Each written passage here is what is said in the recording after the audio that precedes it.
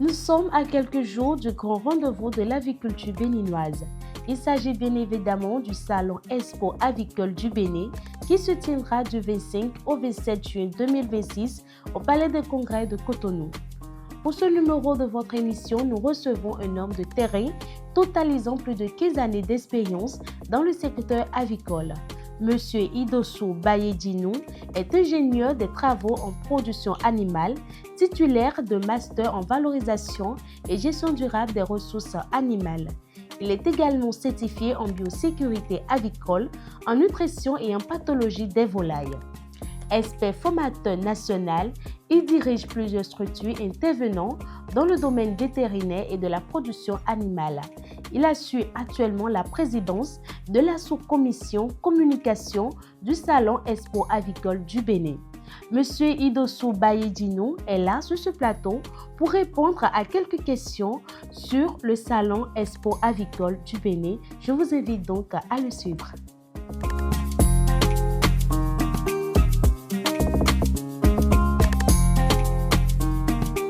Un salon professionnel, c'est un accélérateur d'apprentissage et de mise en réseau.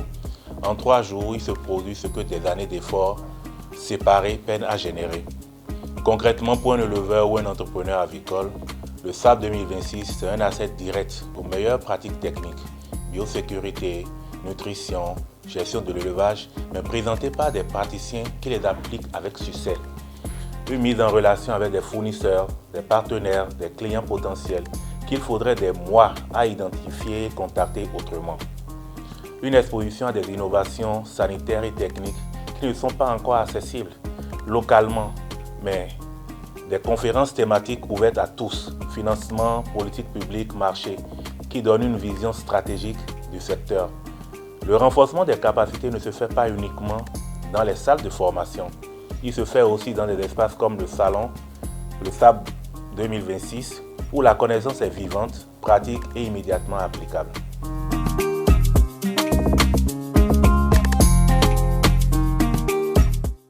Le lien, il est direct, fondamental et souvent sous-estimé. Je vais le formuler simplement. Pas de santé animale, pas de production, et pas de production, pas de souveraineté alimentaire. Vous voyez ce qui se passe quand une maladie comme la maladie de Newcastle frappe un élevage. En quelques jours, un cheptel entier peut être décimé. L'éleveur perd tout. Et si plusieurs élevages sont touchés simultanément dans une région, c'est l'approvisionnement en poulet et en œufs de toute la population locale qui est menacée. La santé animale, c'est le fondement invisible de la sécurité alimentaire. Un animal sain produit produit mieux et coûte moins cher à produire. C'est le professionnel vétérinaire qui le premier prévient, détecte et traite avant que la maladie ne devienne une catastrophe économique pour l'éleveur et alimentaire pour la population. Notre thème pose la question de la souveraineté alimentaire, mais la vraie question directe est: peut-on être souverain alimentairement sans maîtriser la santé de nos animaux? La réponse est non. C'est pourquoi la biosécurité, la vaccination, la surveillance épidémiologique et la formation des professionnels de santé animale ne sont pas des dépenses, ce sont des investissements stratégiques pour l'autonomie alimentaire du Bénin.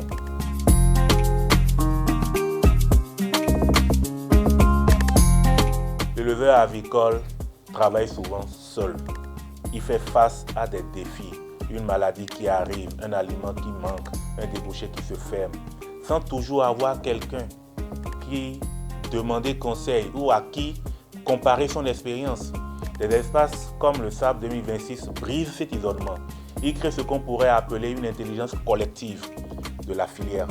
Quand un éleveur de Cotonou rencontre un éleveur de Boycon qui a résolu un problème sanitaire qu'il rencontre aussi et qu'il échange pendant 10 minutes devant un stand, ça vaut une formation entière. Ces espaces d'échange ont aussi une valeur psychologique et motivationnelle forte. Voir que d'autres réussissent, que la filière avance, que des solutions existent, ça redonne de l'énergie et de la confiance à des éleveurs qui affrontent souvent des conditions difficiles. Enfin, ces espaces créent des réseaux durables.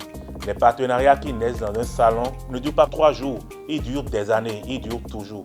Le SAP, c'est un investissement pour les entrepreneurs, les éleveurs qui y participeront.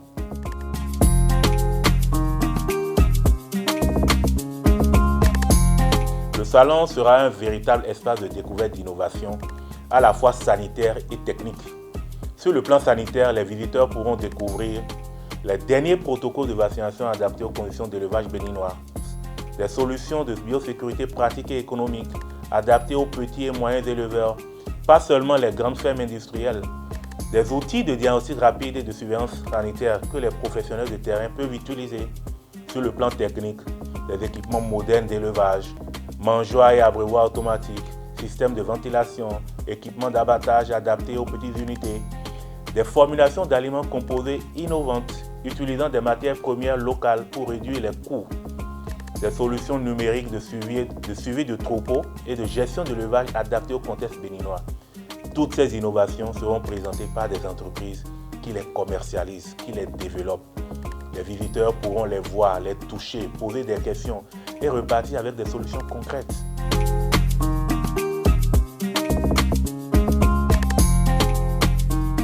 Le rôle des vétérinaires et des paraprofessionnels vétérinaires est absolument central et je pense qu'il est encore trop peu reconnu à sa juste valeur dans la filière. La compétitivité d'un élevage avicole repose sur 3 facteurs: la qualité des animaux, la qualité de l'alimentation et la santé du troupeau. Le vétérinaire intervient directement sur ce 3e pilier et puis indirectement sur les 2 autres à travers le conseil en nutrition et en sélection génétique.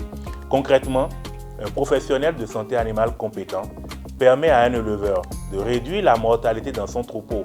Chaque animal mort, c'est une perte sèche pour l'éleveur. D'optimiser les performances de croissance et de ponte grâce à des programmes sanitaires adaptés. Prévenir plutôt que guérir. La prévention coûte 10 fois moins cher que le traitement d'une maladie.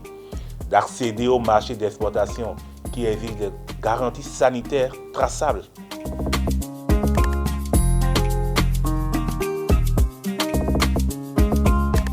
La demande en protéines animales croît avec la population et l'amélioration du niveau de vie. La filière avicole doit relever 4 défis prioritaires pour y répondre. Le premier défi, c'est l'autonomie en intrants. Nous dépendons encore trop de l'extérieur pour nos poussins d'un jour, nos aliments composés et certains médicaments vétérinaires. Développer une industrie nationale de production de poussins et sécuriser l'approvisionnement en maïs jaune et en soja est une priorité absolue. Le deuxième défi, c'est le financement. Les éleveurs ont du mal à accéder au crédit et à des conditions adaptées à leur cycle de production. Des produits financiers spécifiques à l'aviculture, avec des durées de remboursement alignées sur des cycles d'élevage, sont indispensables. Le troisième défi, c'est la maîtrise sanitaire. Les maladies aviaires restent une menace permanente. Renforcer la biosécurité dans les élevages, améliorer la couverture vaccinale et déployer davantage de professionnels de santé animale sur tout le territoire sont des chantiers urgents. Et enfin, le quatrième défi, le signal politique. La filière a besoin que l'État envoie un signal clair sur l'interdiction des importations de produits carnés congelés. Ce signal déclenchera les investissements privés pour que la filière attend.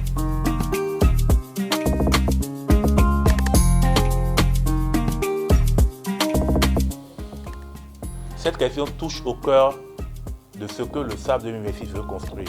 Aucun acteur ne peut développer la filière seul. La force, c'est la collaboration. Chaque acteur apporte quelque chose d'indispensable. Les éleveurs apportent la réalité du terrain. Ils savent ce qui marche et ce qui ne marche pas dans les conditions concrètes de production béninoise.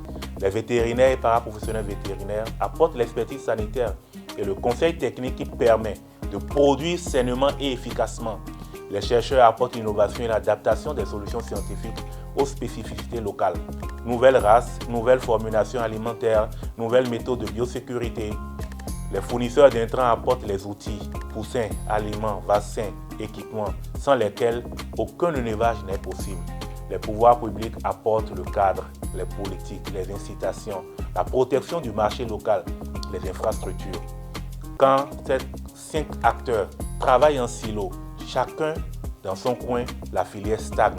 Quand ils collaborent, quand le chercheur partage ses résultats avec l'éleveur, quand le vétérinaire alerte les pouvoirs publics sur une maladie émergente, quand le fournisseur adapte ses produits au retour des éleveurs, la filière accélère. C'est exactement ce que le SAP 2026 veut mettre en mouvement en réunissant tous les acteurs sous un même toit pendant 3 jours.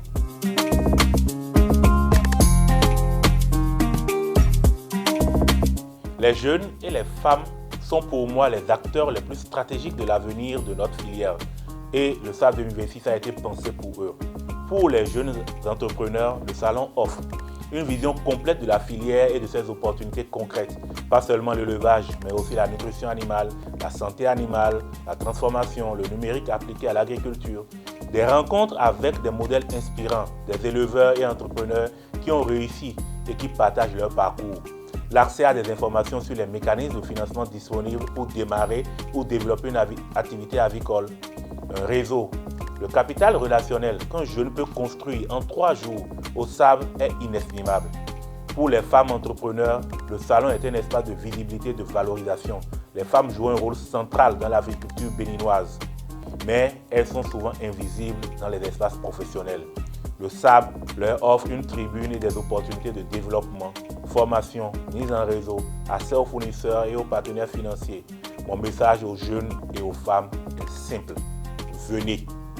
Vous n'êtes pas des spectateurs de la filière, vous en êtes les bâtisseurs. Le SAB 2026 est votre salon autant que celui des grands acteurs établis.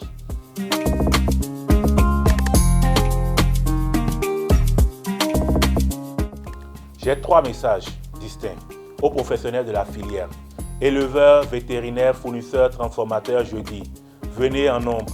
Le SAB 2026 n'est pas un salon parmi d'autres. C'est notre premier grand rendez-vous collectif. C'est le moment de montrer que la filière avicole béninoise est organisée, professionnelle, ambitieuse. Chaque exposant, chaque participant renforce la crédibilité de notre secteur aux yeux des décideurs et des investisseurs. Aux investisseurs nationaux et étrangers jeudi, regardez de près ce qui se passe à Cotonou les 25, 26 et 27 juin.